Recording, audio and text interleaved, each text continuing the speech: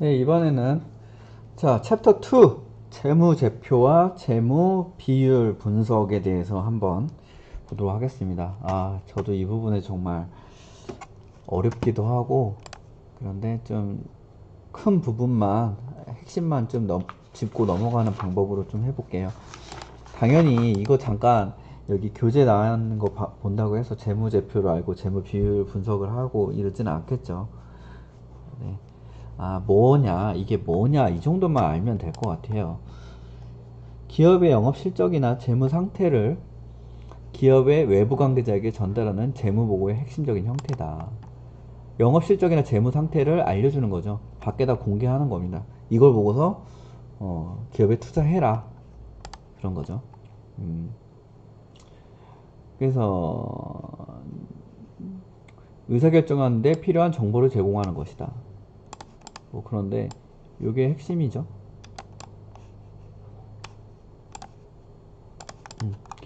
작성 원칙, 회계의 기본 원칙이다. 기본 원칙에 의하고, 회계의 기본 원칙이란 뭔 말이냐? 외부 이해 관계자들이 재무제표판의 정보를 이용할 수 있는 일반적으로 공정 타당하고 인정되는 원칙이다. 여기 또 뭐 말이 새로운 것들이 자꾸 나오네요. 역사적 원가주의란 모든 자산과 부채는 거래가 발생된 시점에서 현금 또는 현금 등가액으로 평가하는 것을 말한다. 역사적 발생되는 시점을 기준으로 하는 거죠. 수익 인식의 원칙. 그 뭐냐? 일반적으로 수익 획득 과정이 실질적으로 완료되는 교환 거래가 나타났을 때 인식하는 것.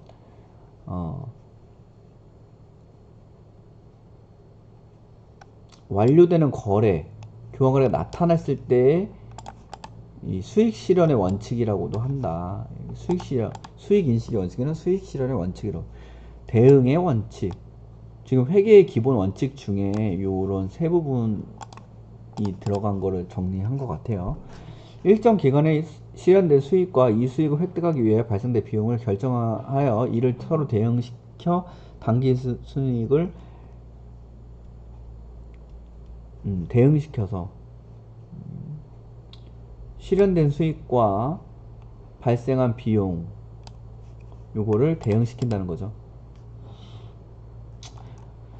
그래서 재무상태표가 344쪽부터 434쪽부터 439쪽까지 작성 기준과 그 세부 내용들에 대해서 쭉 설명이 되어 있어요. 근데 이거를 다 여기다 적기에는 너무 시간도 오래 걸리고 좀 힘들 것 같아서 일단 생략은 했고요. 각자 읽어보시면 될 것 같습니다. 그래서 재무상태표가 뭔지만 좀 알자.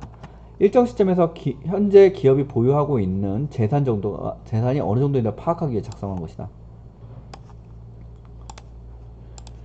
보통 회기기간을 1년 단위로 모아 그 기간 말에 작성을 하고요. 그게 자본, 부채, 자산, 부채, 자본의 세 가지 항목으로 구성되는데, 왼쪽에는 자산은 왼쪽에 항목, 그 다음에 오른쪽에는 부채 항목으로 이렇게 기록된다 이 얘기죠. 그래서 여기 보면 막 굉장히 막 세부적으로 나와 있어요. 유동자산이 뭐고, 유동부채가 뭐고, 고정자산은 뭐고, 이런 식으로 쭉 써 있죠. 그래서 유동자산과 고정자산을 합쳐서 자산 총계를 내고, 유동부채와 고정부채를 해서 부채 총계를 내죠. 그래서 부채와 자산, 응? 자산 총계, 자본 총계가 나오는데,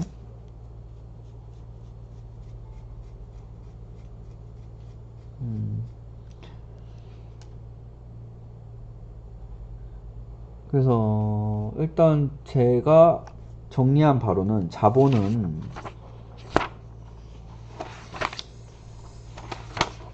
자산과 부채를 합쳐서 이제 자본 총계로 알고 있거든요. 혹시 틀릴 수도 있으니까 자산과 부채를 합쳐서 자본 총계라고 되는 거고, 이런 식으로 해서 이제 이걸 분석을 하는 거죠. 그래서 유동자산에는 당좌 자산이 있고 재고 자산이 있다. 그리고 고정자산에는 투자자산과 그 다음에 유형자산, 무형자산 이렇게 나와 있고요. 유동부채는 뭐 와 고정부채 이렇게 쭉 나와 있는데 이거를 한번 쭉 거기 434쪽과 438쪽 읽어보시면 될 것 같습니다. 다음 대략적으로 재무상태표가 이런 거구나 이렇게 알아두시면 될 것 같고, 손익계산서. 손익계산서는 뭐냐, 일정 기간 동안 기업이 경영활동을 통해 얼마나 잘 하였는지를 파악하기 위해 작성하는 재무제표다.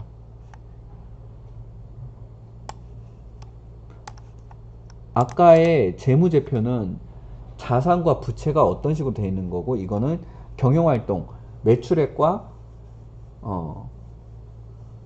이익이 얼마나 되냐, 손해가 얼마나 되냐, 이런 거를 따지는 거죠. 그래서 그 두 개의 차이만 알아두시면 될 것 같고, 이거에 대해서도 이제 작성 기준이나 이런 거는 생략을 했어요. 제가. 그래서 한번 읽어보시면 될 것 같습니다. 441쪽하고 442쪽에 있는데, 그래서 매출 총이익이 뭔지, 매출액에서 원가를 빼주면 매출 총이익이 되겠죠. 이런 거 그냥 개념만 쭉 한 번씩 훑고 넘어갈게요. 영업이익은 다 이 앞에서부터 파생이 되는데, 매출 총이익에서 판매비와 관리비를 빼준 거죠. 그래서 영업이익이 되는 거죠. 그러나 경상이익이 뭐냐, 이런 용어들 때문에 되게 이제 재무제표를 보는데 포기하게 되는데, 영업이익과 영업외이익을 합하고, 그러니까 영업이익과 영업외에서 발생한 이익을 합한 게 경상이익이라고 보시면 돼요. 영업외 이익, 영업외 손실, 이 두 개를 합쳐서 이제 영업외의 총이익이라고 보시면 되겠죠. 이게 경상이익이다. 그리고 경상이익에서 특별이익과 특별손실을 고려해야 계산한 금액이 법인세 차감 전 순이익이다. 점점 이렇게 특별 손실, 영업과 관련되지 않은 이익과 손실에 관련된 부분이 이제 여기까지는 법인세 차감 순이익이고, 여기에서 법인세 차감 순이익에서 1 법인세율을 곱해주면 당기순이익이 나온다. 이렇게 해서 당기순이익이 나오네요. 자, 당기순이익이 이렇게 해서 정말 여러 단계를 거쳐서 당기순이익이 나오게 됩니다. 실제적으로 이제 모든 비용을 다 제하고 난 순수한 이익으로 보일 것 같아요. 제가 보기에는 당기순이익이 법인세율까지 이제 제하고 난. 그래서 이렇게 손익계산서는 이런 양식에 의해서 이렇게 계산을 하는 거죠. 대략적으로 이렇게 보니까 조금 이게 이런 식으로 나오는구나 알 수 있을 것 같아요.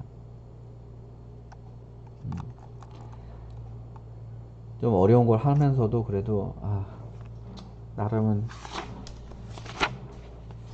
조금씩 얻어가는 게 있겠구나 하는 생각이 드네요. 이익잉여금 처분계산서와 현금흐름표를 보시면, 이익잉여금 처분계산서는 뭐냐, 당기순이익의 사용용도를 나타내는 재무제표다. 당기순이익까지 일단 나온 걸 봤는데, 당기순이익의 사용용도가 어떻게 되냐, 배당을 얼마나 했는지, 그 다음에 자금을 어떻게 활용했는지, 이런 것들이죠. 이런 걸 파악한다.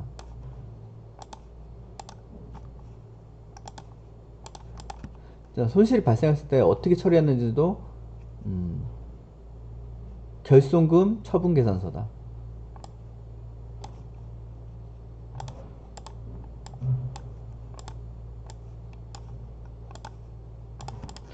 자, 현금흐름표.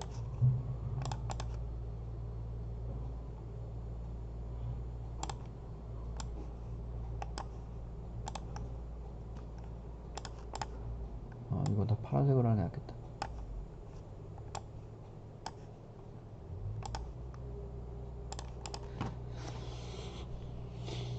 이익이 났을 때는 이익잉여금 처분계산서고 손실이 났을 때는 결손금 처분계산서다. 이렇게 보시면 되겠고요. 현금흐름표는 일정 기간 동안 기업이 영업활동에 필요한 자금을 어떻게 조달했으며 자금을 어떻게 사용했는지 보여주게 한 거다. 그냥 이익처분 계산서와 그 다음에 현금흐름표에 대해서 잠깐 봤습니다.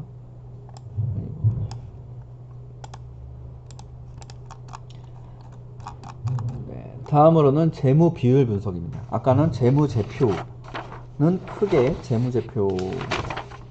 재무상태표라고, 그 다음에 손익계산서, 그리고 이익잉여금 처분계산서, 현금흐름표 이렇게 봤습니다. 재무 비율 분석, 수익성, 수익이 얼마나 났는지를 이제 보는 거죠. 이게 ROI 또는 ROA라고 하는데, 자, 총 자본 이익률, 당기 순이익에서 총 자본을 나눠준 거죠. 여기는 A는 이게 에셋의 약자고요. 이거는 이제 투자금, I는 자본 전체, 자산, 뭐 비슷한 말인데 뭘 썼느냐에 따라서 이제 요 ROI로 쓰냐, ROA로 쓰냐 이렇게 보시면 될 것 같습니다.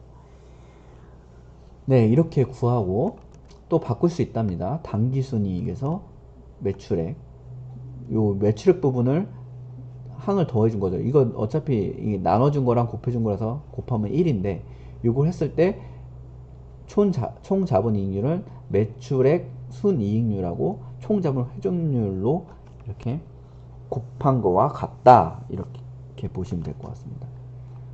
그 다음 ROE, 엄청 중요한데 ROE 계속 나오는 거죠. 자기 자본 이익률, 자기 자본에서 얼마나 수익을 냈는가를 보는 거죠. 매출액 순이익률은 당기 순이익에서 매출액을 나눠준 거죠. 매출액 영업이익에서 이익률은 이렇게 나오고, 이런 것들 보시면 될 것 같습니다. 그래서 이렇게 해서 수익을 냈다. 안정성 측면을 이제 확인하는 거는 유동 비율, 부채 비율, 고정 비율, 이자 보상 비율, 이런 식으로 안정성, 이걸 보고서 기업이 좀 안정한가 안정하지 않은가를 보는 거죠. 유동 비율은 단기 채무, 그리고 부채 비율은 기업이 얼마나 자기 자본에 비해서 이제 부채, 타인 자본은 이제 빌린 거죠. 부채를 얼마나 많이 갖고 있나 이런 걸 보는 거고.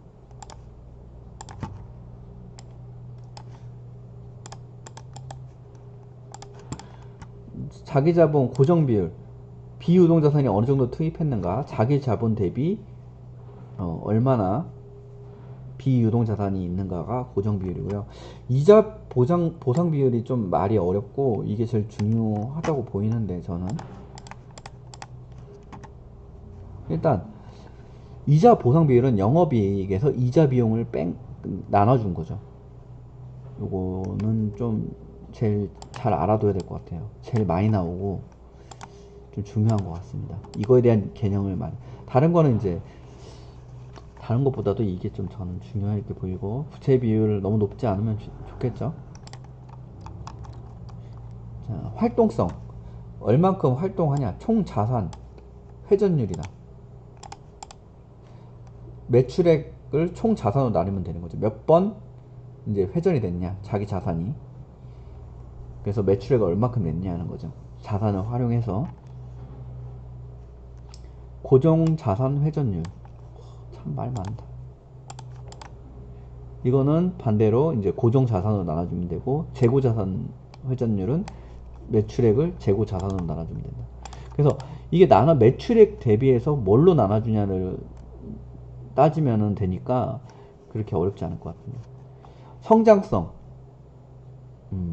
성장성은 단기 매출액에서 전기 매출액을 빼주고 그걸 나눠준 걸로 해서 이제 매출액 증가율 이런 것들 나오는 거죠. 총자산 증가율도 마찬가지고, 전분기 비해 전년도 비해 얼마나 계속해서 성장해 나가고 있는가 이거를 보는 거죠. 그래서 이 계산은 뭔가 흐름만 좀 알고 있으면 좀 쉽게 구할 수 있을 것 같아요. 성장성은 전분기와 비교한다. 전년도와 비교한다. 전기와 비교한다. 이렇게 따지시면 될 것 같고, 시장 가치 비율 분석. 여기도 좀 많이 중요한데, EPS. 이거 엄청 많이 나오죠. ROE, EPS 이런 거 엄청 많이 나옵니다. 분석할 때. 주당 순이익이고요. 한 주당 얼마의 이익을 창출했다는 것으로 크면 클수록 주식 가격이 높은 것이 보통이다. 자, 당기 순이익에서 발행 주식수로 나누면은 EPS가 나옵니다. 당기 순이익에서 발행 주식수로 나누면 EPS. 이건 핵심이니까 좀 알아두시고. 순이익 대신에 배당금을 집어넣으면 배당 성향이 나오게 되는 거죠. 요거 당기 순이익 대신에 배당 성향 몇 프로 배당률 지급했다 이런 거 지급한다. 주가 수익률 비율 퍼 이거 엄청나게 많이 다루고 있는데 이게 뭐 낮으면 좋다 이렇게 보는 사람들이 많은데 꼭 그런 건 아니니까. 주가 수익률 주가를 주당 순이익으로 나누면 되는 거죠. 현재 주가를 주당 순이익으로 나누면 되죠. 이 PER이 높은 경우 무조건 나쁜 게 아니고 장래에 성장성이 높다는 거 해서 현재 수익성 두 가지 의미가 있는 거죠. 수익이 좋지 못하다 현재는, 근데 미래에는 수익이 날 것이다, 이런 부분으로 보시면 되는데, 특히 이게 성장 기업에는 PER이 높은 경우가 많고 좀 전통적으로 제조업 같은 경우는 PER이 굉장히 낮게 형성이 되어 있죠. 10 정도 밑으로. 요거는 이제 이 두 가지 개념이 있으니까 잘 파악하셔야 될 것 같습니다. 무조건 높다고 나쁜 것도 아니고 무조건 낮다고 좋은 것도 아니다. PBR. 그래서 이 PBR도 좀 많이 보는데, 장부가치, 실제 이 기업을 청산가치라고도 많이 하는데, PER이 높은 경우에는 높은 성장성을 의미하기도 한답니다.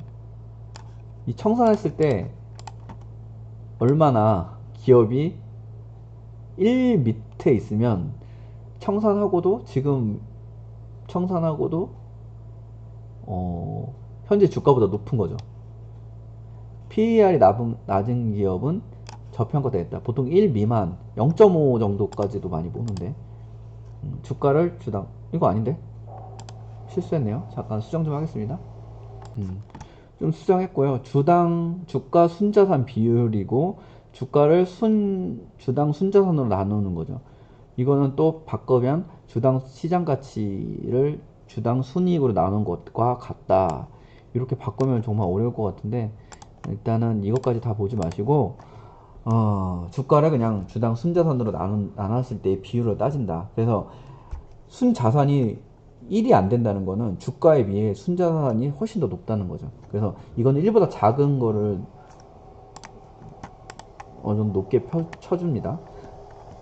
단 성장성이 높은 기업은 PBR이 높을 수도 있다. 이래서 말이 정말 갖다 붙이기 나름이라서 좀 어려운데, 자, 주가 현금 흐름 비율 PCR 이런 건 좀 잘 모르는 경우도 많은데 이런 것까지 좀 알아두셔야 될 것 같아요.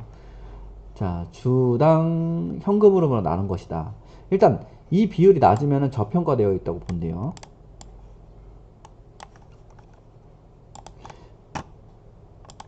이게 왜 필요하냐? PER의 경우에는 그러니까 PER하고 같이 봐야 되는데, PER이 높은 경우에도 이 비율이 낮으면 현재 주가가 낮은 것이라고 본대요. 그 매수의 관점으로 봐야겠죠.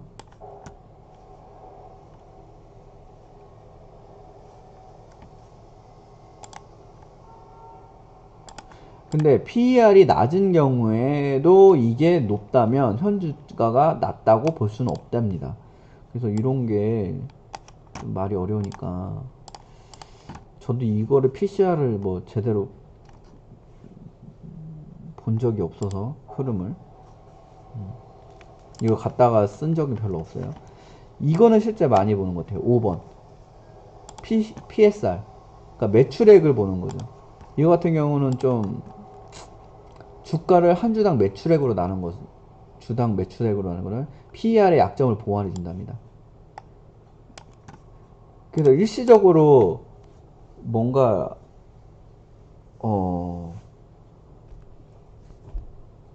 기업이 수익을 일시적으로 많이 내거나 그런 경우에 이거를 매출액 대비로 많이 쓰는 것 같아요. PSR은. 그리고 그러니까 음의 배수일 때도 구할 수 있다. 수익이 나지 않고 이런 경우에 PER을 이런 단점을 이제 메꿔주는 거죠. 근데 뭐 자세한 거는 저도 아직 제대로 공부를 많이 안 했기 때문에 많이 모릅니다. 이거는. 그래서 PSR은 이제 매출액 관련해서 이런 경우에 유용하다. 너무 이제 매출은 하는데 수익이 나지 않는 기업들, 너무 수익이 적게 난 기업들에 대해서 이거를 좀 활용할 수 있다고 보시면 될 것 같습니다. 다음 배당 수익률. 이거는 한 주당 배당금을 주가로 나눠서 곱해준 거다. 100을 곱해준 거다. 이렇게 하시면 되겠습니다. 그래서 이거 뭐 배당 수익률은 뭐 참고로 알아주시면 될 것 같고, 그렇게 어려운 거 아니니까. 자, 한계점이죠. 이게 비율 분석의 한계점이 있고, 그 다음에 기본적 분석 전체적인 한계점이 있어요. 뭐 첫 번째는 과거 자료다. 그 다음에 손익계산서 재무 상태표에 시간적으로는 차이가 있다. 보통 연말에 한번 하게 되는데 작성 시점에 따라서는 이제 좀 다르게 되는 거죠. 작성 시점에 따라서. 그리고 이거는 연말에 보통 한 번씩 하니까 이게 그 전에 것과를 잘 대변을 못 해주죠. 뭐 1분기, 2분기, 3분기 다. 그리고 상이한 회계 기준 처리다. 원가를 산정하는데도 선입선출법이 뭘 할지, 후입선출법으로 할지, 평균법으로 할지, 이거에 따라서 뭐 전방 이제 원가도 계속 달라지잖아요. 만약에 1분기 때 원가, 그 다음에 4분기 때 원가, 이런 게 다 달라지기 때문에 매출과 이익이 달라지죠. 이걸 원가를 어디를 기준으로 잡았냐에 따라서. 그래서 이것도 좀 문제가 있고, 이런 부분에 문제가 있다. 그 다음에 기본적 분석의 한계점, 내재 가치의 다양성, 시장 참여자마다 다르다. 적정성, 재무제표가 이거는 뭐 선택 기준에 따라서 얼마나 회계 기준 처리에 따라서 달라질 수 있다. 분석하는데 오래 걸린다. 즉각 새로 변동되는 걸 반영 못한다. 이런 것들이 이제 한계점으로 하고 있죠. 그래서 이런 한계점을 넘어서 또 다른 방식을 찾는 게 이제 기술적 분석인데, 이건 다음번에 나올 것 같습니다. 네, 여기까지 하겠습니다.